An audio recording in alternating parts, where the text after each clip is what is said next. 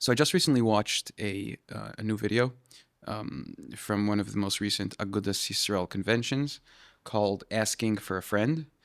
So there was a panel, this particular video I saw, there was a panel of two rabbis who had some questions posed to them. And actually the first question was about making Aliyah and, seeing the situation in America and in Europe, how anti-Semitism is on the rise.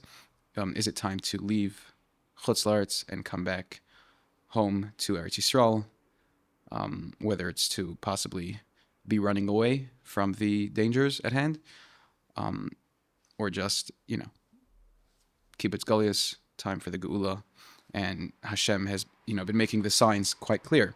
So this was the question that was posed. They had about a 10-minute response. And I thought it was a very standard kind of response, I guess, from the American rabbis. And I thought it would be a good opportunity to create a reaction video where I would just like to comment on some of the things that they said, and see if I could put some things into perspective, because I think that I don't know that they did the question justice, proper justice, in my opinion. I don't know that the answers that they gave represented the true halachic and Torah outlook on this question. And I just want to make it completely clear that I'm not questioning the authority of these rabbis. I am in no way trying to insult these rabbis or question their halachic authority. I'm nothing in comparison to these rabbis in regards to their Torah knowledge. So I don't want anything to be taken the wrong way. I know that people are going to probably comment on this video and say, "Who are you to argue with the rabbis?" But I just would like to state a few points, and you guys can decide for yourself what to make of it. I just feel like sometimes people will watch these videos and take everything at face value, because if these rabbis were chosen by the Agudas Yisrael to answer these questions, then their answers are the final say and must represent the purest and highest level of Torah and halacha. But I think that there may have been some misrepresentation, and I just want to touch upon it. So let's see what we got. The question came in numerous times in different nuschayos. We'll choose one. Kavod Rabbanim, I really feel that we are living in times that mirror the 1930s. However, my family and I cannot afford to make Aliyah, although I still think we should. My husband said the Rabbanim never said to do so. But I argue with him. The Rabbanim didn't say to do it then either.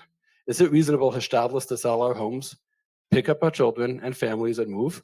I don't want to wait until it's chas v'shalom too late. There are two parts to the question. One is the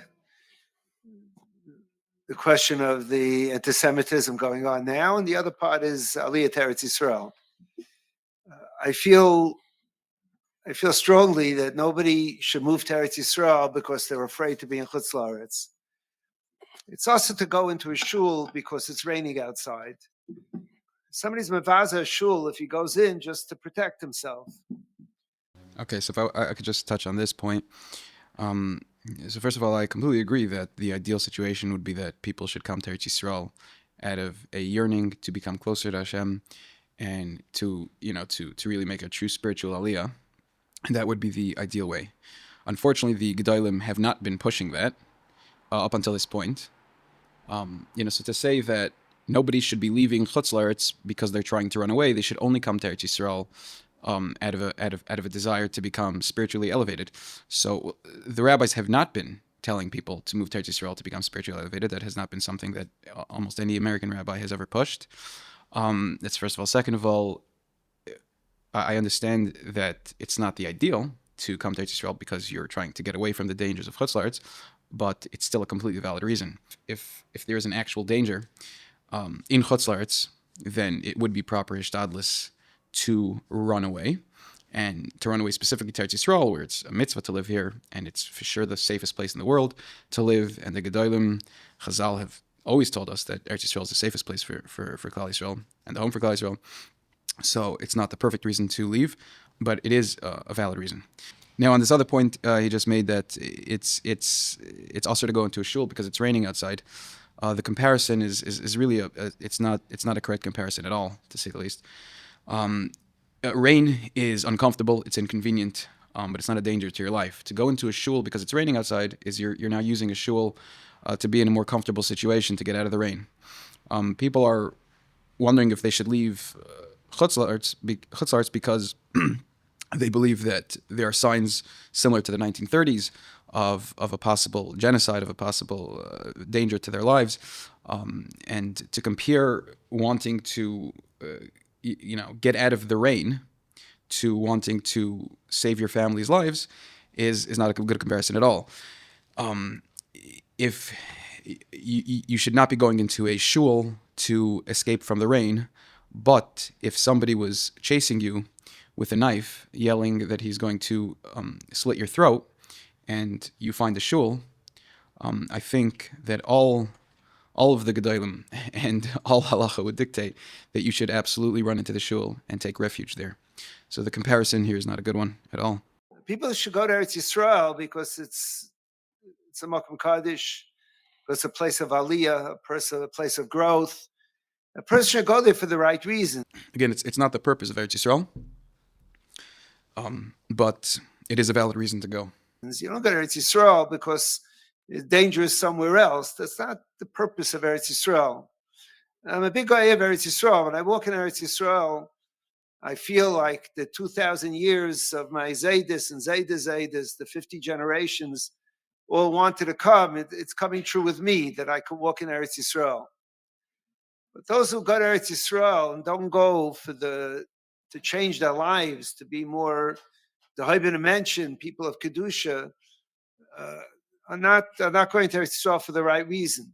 Again, not going for the right reason is not a reason not to go. If somebody would like to, let's say, give a large amount of charity to a shul, and the core reason that they want to do it is because they would like the honor that they're going to receive for giving that donation, they should still give the donation. It's not the correct intentions, but nevertheless still a mitzvah. Chazal tell us, obviously, someone who learns Shelo Lishma will eventually come to learn Lishma.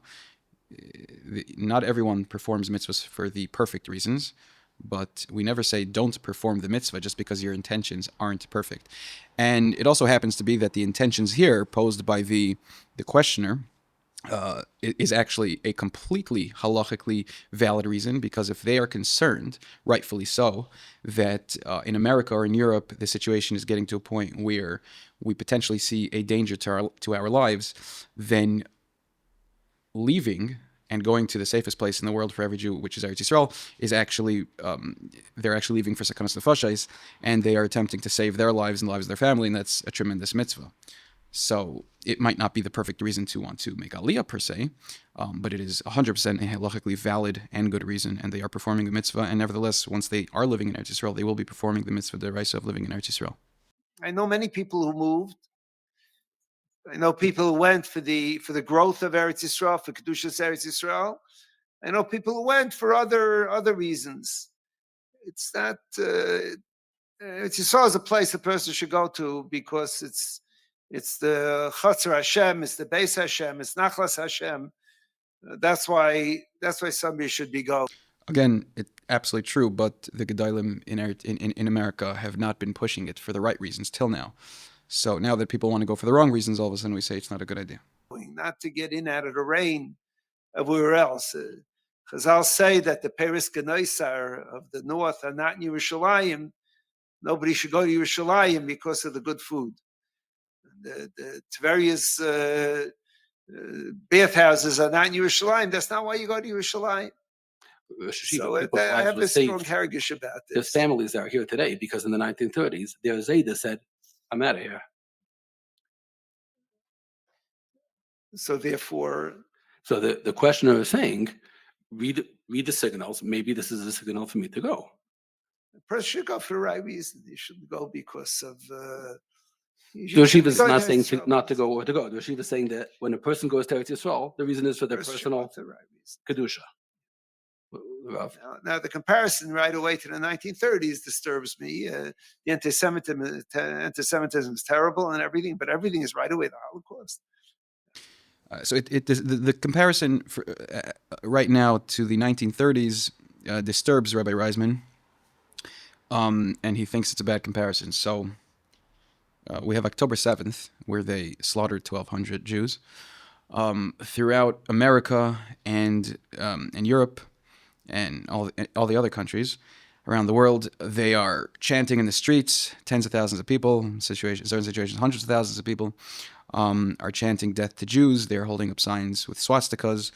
If they would be given even the slightest opportunity, they would. There's no question that they would round up as many Jews as they can and murder them. So the comparison to the Holocaust is extremely valid. I'm not sure why it disturbs Rabbi Reisman. Now, also the comparison to the Holocaust is obviously not a comparison to after the 6 million Jews were killed. We're obviously comparing it to before the 6 million Jews were killed, when there were signs of Hitler uprising. He was making it clear that he will be killing Jews, and that he hates the Jews. And back then also, Jews were, many Jews, many of the rabbis were saying the same thing. Oh, this is not the Crusades, this is not the Spanish Inquisition, it's not going to be so bad. And lo and behold, it happened. So to say that what's happening now, when there are clearly tens of thousands of people who are stating openly, probably more openly than even in Germany, that they feel that Jews should be killed. I don't know how that is not completely comparable to the 1930s in every single way whatsoever. And the 1930s, the Holocaust, was just one of many situations where the Jews faced the exact same thing over and over again. We go through this every few generations, whichever country we're in. It only is a matter of time that the population in that particular country uprises against the Jews and either exiles us or slaughters us in mass.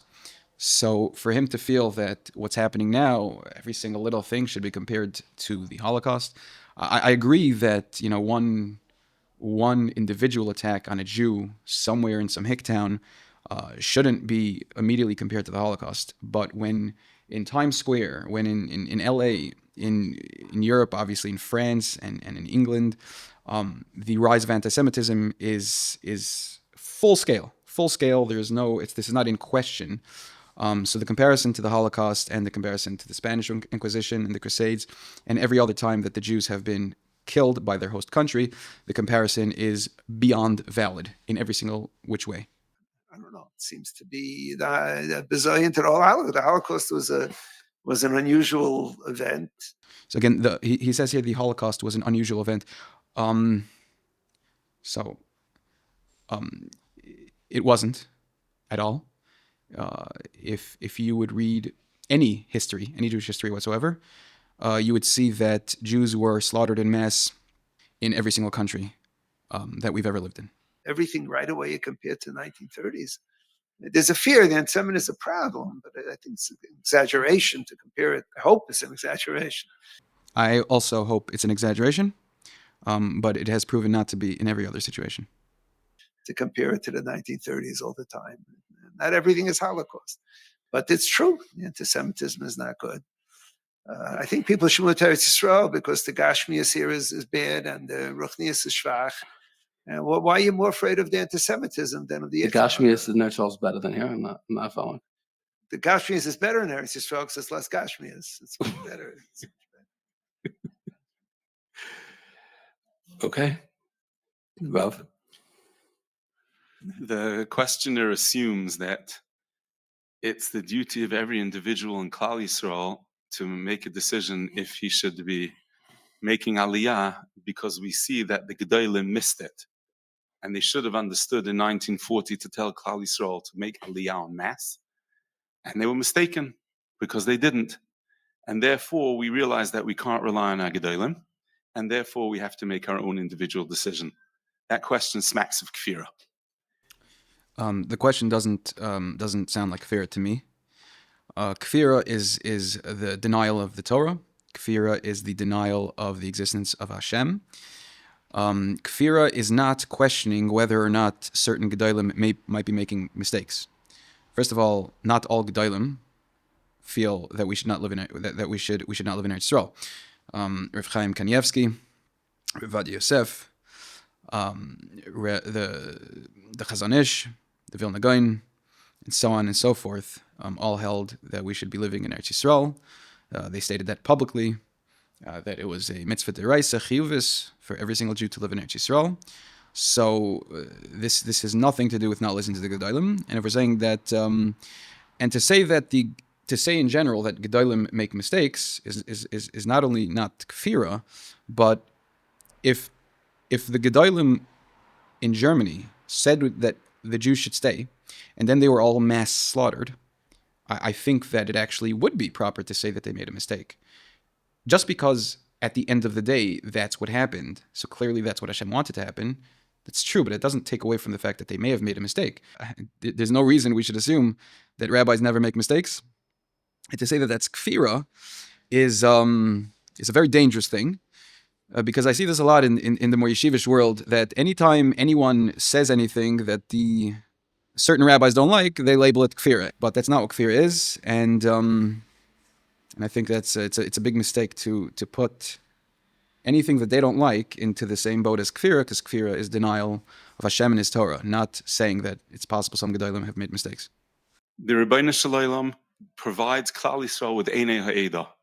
For anyone to say that we are somehow wiser than Reb Chaim Oizer or the Gedolei Yisrael of that time is someone who's being makhish and Agudas Chachamim no less. It's been dealt with by the Chazon Ish and other Gedolei Yisrael. Why was it that the Gedolei Yisrael at that time felt that to encourage Klal Yisrael for Mas Aliyah was the wrong thing? And there are many cogent reasons that Rabbi Seinu have explained to us. Okay, so just to bring up another point here, that there were many reasons that the Gedolim in Germany did not encourage mass Aliyah. It could be they made some mistakes, but the main reason that they didn't encourage mass Aliyah was because at that point in Eretz Yisroel there was this Zionistic yet anti-God, anti-Torah movement where there was a danger to spirituality, and this is not a secret. The Gedolim decided that it's worth taking the chance with our lives than to go into a place, even if it's Eretz Yisroel, that might be a danger to people's spirituality.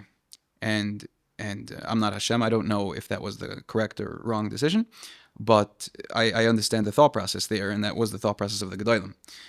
That doesn't exist nowadays. So just in general, to make the comparisons, that just like the Gedolim back then didn't feel it was time to move to Eretz Yisrael, so too the Gedolim nowadays don't feel it's the right time to move to Eretz Yisrael. If the situation back then looked the way it does now, with the fact that Eretz Yisrael now is a complete is the highest spiritual level. The Torah here is on the highest level. We have the most yeshivas, the most shuls. This is the as of right now, Eretz Yisrael is the center of Torah and spirituality in the world. So if it was the case in the 1930s, absolutely the Gedolim would have said everyone should go to Eretz Yisrael. I don't think there would be a question there. Why at that time the Gedolei Hador were not advocating wholesale Aliyah? Reb Chaim Oizer, Avim Shal Yisrael, Reb Baruch Ber, Reb Shimon, Moran Reb Aaron Kotler, they did not miss it. And the Rebbeinu Shalom was madrich them, and they understood why that was not the right step for Klal Yisroel at the time. We look to our Gedolim today in the same way as we would have imagined that if we lived then, we would have all heeded what Reb Chaim Oizer said and not gone to Eretz Yisrael. Yet those who didn't heed the words of the Gedolim and did leave to Eretz Yisrael and did leave to America also, we are all the grandchildren of those people. So if those people, if all of our grandparents would listen to this rabbi, Rabbi Uri Deutsch, then there would be no Ashkenaz Jews left. So it is clear that it was the correct decision for individuals to go against, so to speak, the Gedolim, even though they weren't going against per se. They were just making decisions for their family, which is completely healthy and not kfira. And it's beyond the the purview of this particular question to discuss the various reasons that Rabbi Seinu have helped us understand why we can clearly see the Yad Hashem in them not being Oila at the time, but this is part of Agudas Chachamim to understand that we are kofuf to Rabbi Seinu, we look to them, and we have to be very careful when we try in hindsight to say that somehow the Gedolim, we see that the Gedolim then missed it, so perhaps Chas v'Shalom the same thing is going on now too. One of the few things that we have left in Klal Yisroel is the Emunas Chachamim that we have, the fact that we have Einei Ha'eda, and it's up to us to be koifef to Rabbi Seinu Ma'irei Hadoyer. The second part of the question, in terms of picking up my family and going to Eretz Yisroel, the Trumas Hadeshin and Tshuva is very clear, based on an analysis of the difference in the Rishonim about the mitzvah of Yishuv Eretz Yisroel b'zman hazeh, that a person should go to Eretz Yisroel if he feels that that in some way will enhance his limud Torah and kiyum mitzvahs. So this is also a standard thing that rabbis do a lot. They will pick out one tshuva from a sefer or from a rabbi from, in this case, 600 years ago. They'll say, just like he said in his generation, that Jews shouldn't move to Eretz Yisrael because it might be a sakana, it might be a danger to their spirituality. The Trumas Hadeshin, when he wrote his tshuva, he was writing it not for the future generations, he was writing it for his generation. That's why it's a tshuva. People were asking him questions, and he was giving the answers. And in his days, Eretz Yisrael was a desert wasteland with no Jews, no Torah, and it was a complete sakanas nefashos. And many Gedolim from 600 years ago, rightfully so, recommended their kehilas not to move to Eretz Yisrael because that would be a major danger to both their life and their spirituality. So to use an answer given 600 years ago, to use that answer now, when Eretz Yisrael is a makam Torah and is a safe place to live, and in fact is actually the only safe place for Jews to live right now, is not doing Klal Yisroel any justice. And for every tshuva and for every sefer that these rabbis will decide to pick out one little line and say, here he wrote that Jews shouldn't live in Eretz Yisrael. For every one of those that they can do, I can bring you 20 in the opposite direction. So again, bringing a tshuva from the Trumas Hadeshin from 600 years ago to his kehila is not fair. And therefore, a person has to make a cheshbon. Is my family at a stage where they can successfully become acclimatized in the culture of Eretz Yisrael? Can my children succeed in school? Are my children at the right age? Can my family succeed in school? And this has been the consistent advice of Rabbi Seinu, that So this has been the consistent advice of Rabbi Seinu, American Rabbi Seinu for the most part, is that we should only move to Eretz Yisrael if it's going to be good for our parnasa, if it's going to be good for our children, for their education, for our spirituality, for our emotional well-being. Now, so that's basically a nice way of saying Jews should never ever pick up and move to Eretz Yisrael, because whether it's Eretz Yisrael or a different country, it is never an easy or simple or emotionally simple or spiritually simple task to pick up from your community where you have a shul and you have a yeshiva that you send your kids to and you have a parnasa to move somewhere else. It is never going to be easy. You never know what's going to happen in the next country you move to. So to say, the general idea to say that you should only move to Eretz Yisrael if it's going to perfectly fit everything, your parnasa, the education, every single thing is going to be better there. It's just a way of saying nobody should move to Eretz Yisrael. people ask, should I make Aliyah and so on? The question is, how's that going to impact your children, your family? Is the net result going to be an Aliyah for your family?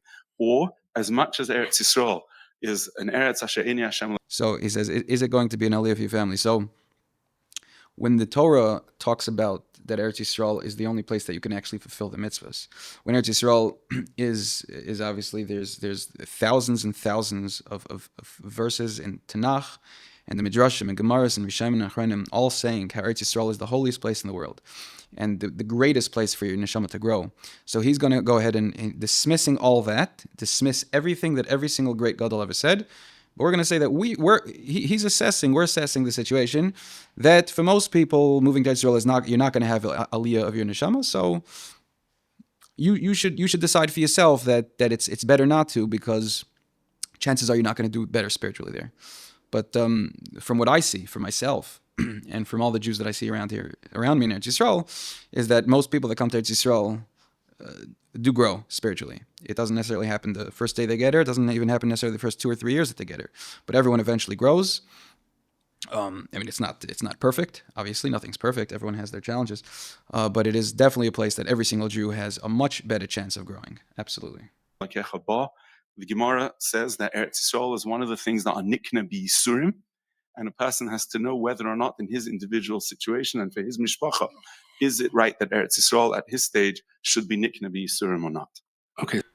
Right, because we never perform mitzvahs if there's any yisurim involved, if there's any challenges involved. We don't perform mitzvahs if there's any challenges involved. Now, I just want to bring out one more point here, which is a very interesting point to talk about, is both of these rabbis are posed this question, and they both say that Eretz Yisrael is a very beautiful place, but it's not right for most people. What I find interesting is that there has not been any mention by any of these rabbis that it's actually a mitzvah deraisa to live in Eretz Yisrael. It's just to give an example to put this into context. Is imagine you had a panel of rabbis, 2 rabbis, and imagine the question was posed. Klal Yisroel has a question. We want to know, should we continue eating kosher? It's getting expensive. McDonald's is much cheaper. Should we continue eating kosher? So imagine the answer to the rabbis were, yeah, you should continue eating kosher. Why? Because science has proven recently that it's healthy. Pig is a very unhealthy animal. Eating meat and milk together is not good for your digestive system. We've been doing this for many generations. It's a Messiah. We shouldn't stop doing it. Imagine that was their answer. I mean, all that's very nice, but there's one problem. You're rabbis. The first answer should be, well, we should continue eating kosher because it's a mitzvah in the Torah. There are other reasons. There are other side points to talk about, but it's a mitzvah deraisa in the Torah. So of course we eat kosher. What's the question? We could talk about some of the other side points, but when posed with the question of should we make Aliyah, should we live in Eretz Yisrael, it's amazing how 2 big rabbis sit at a panel addressing all of Klal Yisrael, and not a single mention of the fact that one of the factors of moving to Eretz Yisrael is the fact that it's a mitzvah deraisa, according to most chiyuvis, meaning it's a must for everyone unless it's a real sakanas nefashos to some extent. And of course, there's also just the one other point that these 2 rabbis are definitely implying that the consensus of the Gedolim is that we shouldn't be moving to Eretz Yisrael. That's what they're both implying pretty heavily, that there might be reasons to move to Eretz Yisrael, but the consensus of the Gedolim is not to. That is completely false. The consensus of the Gedolim is that we should. I mean, like I said, we have Rav Chaim Kanievsky and Rav Adi Yosef, who are 2 of the biggest Gedolim for the Ashkenaz and Sephardic world in this generation. They both held that every single Jew should live in Eretz Yisrael, no question. The Vilna Gaon, the Chazon Ish, they held that, as we know, obviously the Rambam and the Ramban and everyone in between all held it was a mitzvah. Okay, the Rambam people like to argue with, but if you read the Mishnah Torah, it's pretty clear he held it was a mitzvah deraisa, and it was of utmost importance to live in Eretz Yisrael. So to say the consensus of the Gedolim is not to live in Eretz Yisrael, that's only the consensus of certain American Gedolim. But the consensus overall, Rav Elyashiv lived in Eretz Yisrael, Rav Steinman lived in Eretz Yisrael. I would say the consensus of the Gedolim and the example of the Gedolim by their actions is that absolutely we should live in Eretz Yisrael. So right off the bat, even putting aside all the things all the other points that they're saying, the one major point that they keep implying, that the consensus of the Gedolim is not to live in Eretz Yisrael, is completely false. Now, the other thing that, of course, is not touched upon at all with these rabbis is the fact that every single thing that's been taking place around the world and in Eretz Yisrael are clear signs from Hashem that the Geula is at hand. The fact that you come to Eretz Yisrael right now, and there are millions upon millions of Jews in Eretz Yisrael, and you have Hasidim and Sfardim and Teimanim, and you have French Jews and English Jews and German Jews. It's you have to really be in extreme denial to not accept the fact that we are experiencing full-fledged kibbutz galuyos on the highest level. And of course, these are things that will never be addressed by rabbis in America specifically. Everything is about halacha from gedolim. Which gedolim? I'm not even sure which gedolim they're referring to. There's never any talk about the fact that it's clear we're experiencing kibbutz galuyos, the fact that it's clear that all the prophecies are coming true, the fact that all of the gedolim, the vast majority of the biggest gedolim throughout all of the generations have told us to live in Eretz Yisroel, the fact that it's a mitzvah deraisa. None of these points were touched upon, none of them were spoken about. They don't touch upon what David HaMelech talks about. All throughout the Tehillim, David HaMelech is obsessed with Eretz Yisroel. He appreciates the fact when David HaMelech had to leave Eretz Yisroel for even a moment, he compared it to having to serve idols. To not live in Eretz Yisroel for David HaMelech was completely unacceptable at every single level.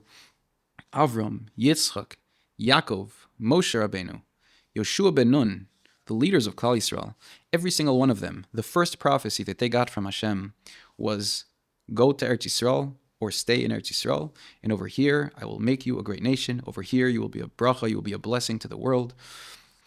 And I hope that people can become more educated here in this particular area, because